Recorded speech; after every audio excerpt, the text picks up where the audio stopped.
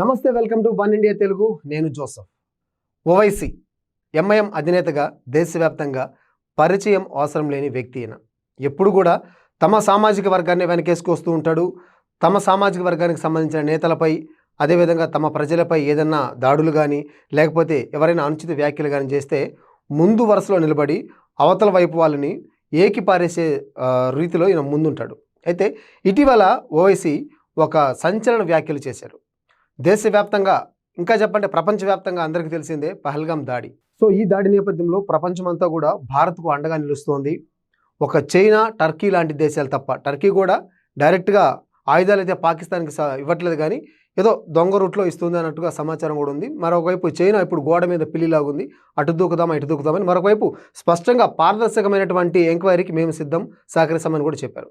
So ఇప్పుడు దేశమంతా కూడా ఏకతాటిపైకి వచ్చింది. పాకిస్తాన్ మీద ప్రతీకారేచ్ఛతో ప్రతి భారతీయ పౌరుడు రగిలిపోతున్నాడు. గతంలో పుల్వామా దాడి జరిగిన తర్వాత కూడా ఇంకా పాకిస్తాన్ వాళ్ళకి బుద్ధి రాలేదు, ఇంకా కూడా మన దేశంపైకి ఉగ్రవాదుల్ని ఉసిగొల్పుతోంది అని ఒక ప్రతీకారేచ్ఛతో ప్రతి భారతీయుడు రగిలిపోతున్నాడు. ఇక్కడ మనం ఆలోచించాల్సిన విషయం ఏంటంటే, మన దేశంలో అనేక కులాలు, అనేక మతాలు, భిన్న జాతులు, ఏకత్వంలో భిన్నత్వం అంటాం మనం. సో ఈ నేపథ్యంలో వీరందరూ కూడా ఇప్పుడు ఏకతాటిపైకి వచ్చారు. ఖచ్చితంగా పాకిస్తాన్కి బుద్ధి చెప్పాలి అని అందరూ ముక్త కంఠంతో చెప్తున్నారు. ఈ నేపథ్యంలో ఎప్పుడూ తమ సామాజిక వర్గాన్ని వెనకేసుకొచ్చే ఓవైసీ ఇటీవల పాకిస్తాన్కు గట్టి వార్నింగ్ ఇచ్చాడు. పాకిస్తాన్ నేత బిలావల్ భుట్టో జర్దారీ ఇతను కొన్ని వ్యాఖ్యలు చేశాడు. సింధు నదిలో మా గనక నీళ్లు ఆపేస్తే ప్రవహించేది నీళ్లు కాదు, మీ రక్తం. మా దగ్గర అణుబాంబులు ఉన్నాయి, ఇవి భారత్ మీద వేయడానికి మేము సిద్ధంగా ఉన్నాం. ఉగ్రవాదుల్ని మేము ప్రేరేపించట్లేదు, మాకు సంబంధం లేదు అని ఒక అమాయకుల్లాగా, ఏమి తెలియని వాళ్ళ ఒక స్టేట్మెంట్ అయితే ఇచ్చాడు. ఓకే, ఆడ వరకు బాగానే ఉంది. గతంలో వీళ్ళ తల్లి బెనజీర్ భుట్టో వీళ్ళని చంపింది కూడా ఉగ్రవాదులే. అప్పట్లో ఈయన తీవ్ర స్థాయిలో ధ్వజమెత్తారు ఉగ్రవాదులపై. మరి ఈరోజు భారతదేశంలో ఇంత ఉగ్రదాడి జరుగుతుంటే మాకు సంబంధం లేదు అని చెప్పడం పైన ఓవైసీ స్పందించారు. మీ తల్లుల్ని చంపితే మాత్రం వాళ్ళు ఉగ్రవాదులు, ఇక్కడ మా దేశంలో మా తల్లుల్ని, మా పిల్లల్ని చంపితే మేము వాళ్ళని ఉగ్రవాదులు అనకూడదా?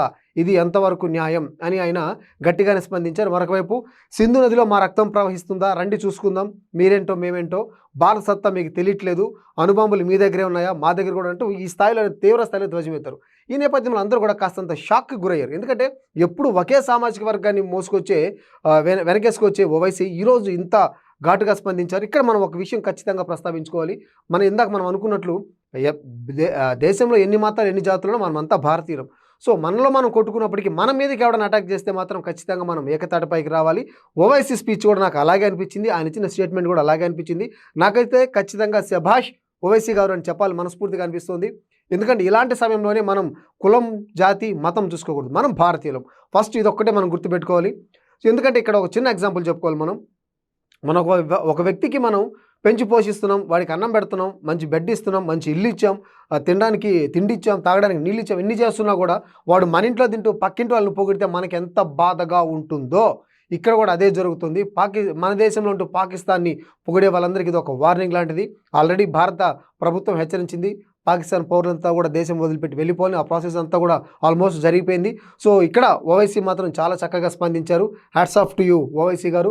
సో ఎప్పుడు భారతదేశం ఇబ్బందులు ఉన్నా కులాలకు, మతాలకు, జాతులకు అతీతంగా మనం ఇదే విధంగా ఏకతాటిపైకి రావాలి. ఖచ్చితంగా పాకిస్తాన్కి బుద్ధి చెప్పాలని నేను కూడా మనస్ఫూర్తి కోరుకున్నాను. Thanks for watching. Subscribe to One India and never miss an update.